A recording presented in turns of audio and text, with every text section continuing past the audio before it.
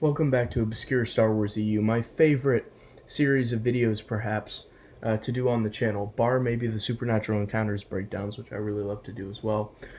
Today we have something really cool that a great friend of the channel, Mr. Luke Van Horn, told me about. He's an awesome, passionate EU fan and an insanely dedicated collector who has some really awesome stuff in his collection.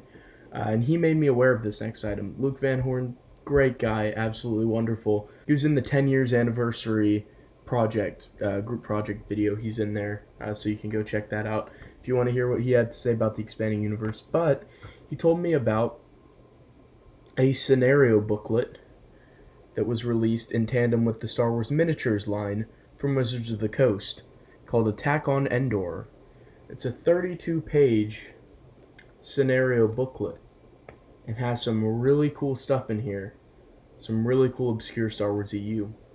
It's from 2006 and it's by Sterling Hershey, who wrote a lot of that kind of stuff back in the day. And we have a thank you given to Mr. Leland Chi of Lucasfilm Licensing, and a thank you to Expanded Universe Material. So that suggests to me that Leland, as always, is keeping the continuity. I got this on eBay for a couple of bucks. You can find some other listings of it, but it was included in a big pack, a big box set with other miniatures. So that could be why the scenario booklet was overlooked. So let's take a look inside, because there's some really special stuff in here that is contributed to the expanding universe. It's actually pretty wild, and there's a really cool story that Luke told me that I'm going to relay as well. So let's take a look inside. Alright, so let's take a look inside the booklet. We've got an introduction here to the scenarios and the miniature stuff, how to use battle maps and how to run the missions, standard mechanical stuff in relation to it. We have this as well, which talks about the main mission, Attack on Endor, and the setup for that. It's basically a movie retelling. And after that, we have this, Fighting the Outer Rim Sieges, which talks about the Republic against the Separatists that remained near the end of the war. This is all stuff that we saw depicted in the Republic comics, Revenge of the Sith, that kind of stuff. It mentions that they were called the Sieges, Siege of Seleucami, all that kind of stuff. So that's some prequel era stuff. We've got all this information. I don't think there's any too important lore. I just skimmed over this last time. It's just mechanical stuff for running the game. But here's what's really special. Mission 3, Magger's World, and I'm going to go ahead and read it. Magger's World is a brutal, inconsequential backwater planet that doesn't appear on many star charts. There are only two real reasons someone might know of it. They come to see the gladiatorial games, or they are among the unlucky beings forced to fight in them. Conditions in the holding pits are deplorable, and life for the gladiators and the exotic beasts they fight can be extremely short. The despot Magger keeps his gladiators in line for the most part, although many have tried to escape over the years. Few have succeeded. On this occasion, one of Magger's desperate slaves has devised a daring plan. Gaining the trust of the current pack of gladiators, she has smuggled weapons and other items into their cells during the latest contest. In the dead of night, she plans to sneak down to the pits, free the gladiators, and escape with them into the night. It is not a perfect plan. To escape through the pits, she needs Magger's key, and he has the only copy. She expects trouble. To improve her chances, she has convinced the pit's creature handler to join in, along with some of his fearsome beasts. The conspirators will need his help, for Magger has the fearsome Rancor on his side. Magger's World depicts a desperate escape attempt by Magger's gladiators. Not only do they face his dangerous guards, but the terrible creatures of the games as well. Both players use fringe faction characters on the complete Rancor pit map for this mission. And so we have a basic depiction of what it looks like down in those slave pits. And we have how to set up the game for both sides. And some special modifications down at the bottom as well on how to play the game. So he has Reeks and Acklays and Nexus in there, all the kind of stuff from Geonosis in his pits as these beasts. But this whole concept of Magr and his world is exclusive to here. This is the first place this entire planet appeared in.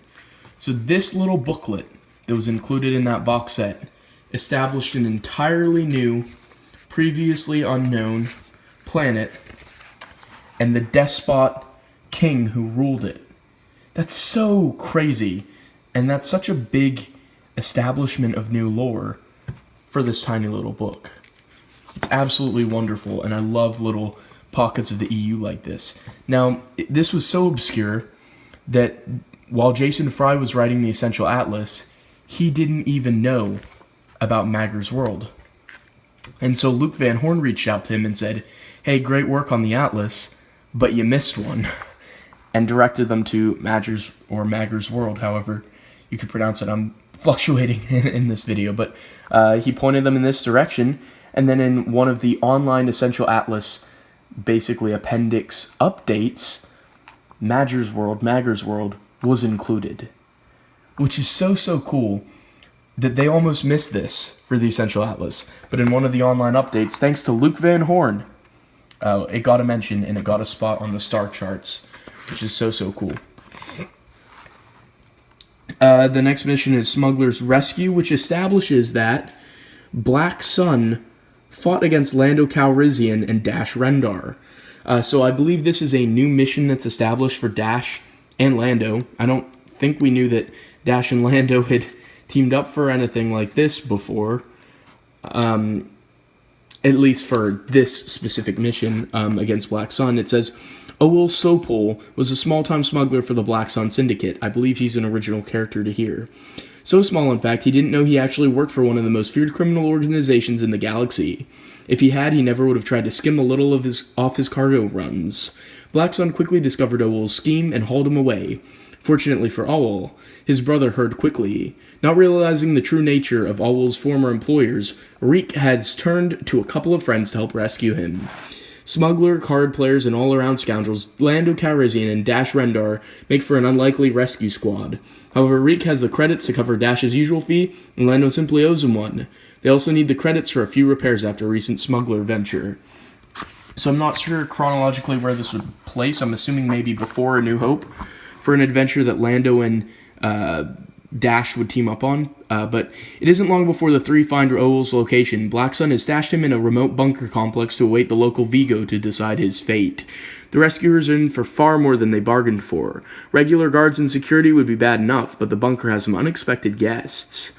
The local Vigo and his boss's personal agent have come to deal with Owul and other matters personally. Smuggler's Rescue features a pair of familiar scoundrels rescuing a friend from agents of the Black Sun Syndicate. The mission uses the entire bunker on Endor's moon map. So that is such a cool establishment as well. It's cool to know that Dash Rendar and Lando Calrissian teamed up on a mission to help out someone who was under attack from Black Sun. So we've got some really cool in-depth EU mentions, references there, which is super cool. We have Mission 8, Temple Intruders as well, which is a New Jedi Order mission, which is pretty cool as well. I'll read through this one briefly. Years after the Emperor's defeat, Luke Skywalker returned to Yavin 4 to establish a new Jedi Academy in the moon's ancient Massassi temples. Soon thereafter, ancient Sith secrets were discovered hidden in the jungle. A small Outer Rim gang of Force-using outlaws, led by a Night Sister Sith witch, heard rumors of the find. While they are greatly desired secrets of the Sith, the band knew attacking the Academy at its full strength was foolish. They bided their time and waited. Finally, word reached that a former Jedi student named Dasan had attacked the Academy. Although Kyle Katarn and the Jedi managed to defeat Dasan and his forces, the Academy defenses had been sorely tested. The Night Sisters decided it's time to strike. Taking advantage of the chaotic conditions, the outlaws attempted a quick strike in the temple complex to steal Sith secrets from the base's computers. Unfortunately, they vastly underestimated the current state of the Academy and the battle readiness of the Jedi. Kyle Katarn quickly enlisted the aid of some of the young Jedi to deal with the new threat. Temple Intruders pits a Night Sister Sith Witch and her cohorts against the Jedi hero Kyle Katarn, who is aided by other members of the Academy. This is a super cool thing as well. It mentions elements of Jedi Knight 2, Jedi Outcast, with even a name drop of Dasan. I think it's so cool to know that out there were Night Sisters waiting, looking at Yavin 4. and after the events of the game, they were like, oh, they're weak, so they sprung in to attack. I believe this is a completely new scenario, so I love the scraps of story that we get from something like this. This is one of the other main ones that I would like to highlight. It's called Overwhelmed, and it says, decades after the fall of the Empire, the Yuzon Vong invasion tore into the heart of the galaxy. Merciless and fierce, the Yuzon Vong brought death or enslavement to all worlds that fell before them. News of the Yuzon Vong's relentless advancement forced millions to flee their own worlds, seeking safety wherever they could. This mission depicts the desperate final moments of a world falling to the Yuzon Vong. The battle is lost. Escape is all that is left. A small rear guard of New Republic troops aided by young Jedi of the New Jedi Order fight to hold a passage, free for groups of fleeing refugees. The groups are lightly escorted, and the brutal Yuzon Vong are unwilling to let them go. Soon the numerous refugees pose difficulties for both sides. They are too large to fully protect, and difficult to fully defeat. Overwhelmed pits the Yuzon Vong against elements of the New Republic and New Jedi Order. Very cool. Always good to have more New Jedi Order content. We get another art piece for the Yuzon Vong printed in there as well. Always love it. And here's the rules tabs again. And information about the setups. And then at the end, we get some advertisements for the pieces. This Baron Fell one's really cool. The Dark Trooper I absolutely love. Boga the Varactyl, very nice from Revenge of the Sith. Dr. Evazan, we get Thrawn, some more EU characters. I think we get Kyle back here. Yep, there's Kyle. And Guri. And Ponda Baba and Jizor. So very, very cool EU references as well. So, all in all, this established that Dash Rendar and Lando Calrissian help work together to save a friend. Two characters who I think are original characters, but I could be mistaken. So this thing established two original characters, established that Dash and Lando had to bail them out of trouble from the Black Sun. That's so cool to know. It established an entirely new planet that had never been mentioned anywhere before, that thanks to Luke Van Horn got coordinates on the Essential Atlas online update. It showed us something really, really cool with a band of Night Sister outlaws who are waiting to attack the Academy, and then they wait for after the events of Jedi Knight 2 Jedi Outcast with Dasan and that whole shtick. And then Kyle has to fight some Night Sisters after the events of that game. I mean, there's some super cool lore in here. And it's really, really neat to get in a place that you're not really expecting it. 32-page booklet that was included with some figurines. Sure, there's going to be some scenarios, some light suggestions of stories, but I feel like there's a sizable chunk of story here that makes it worth everyone's time. I just think it's really, really cool.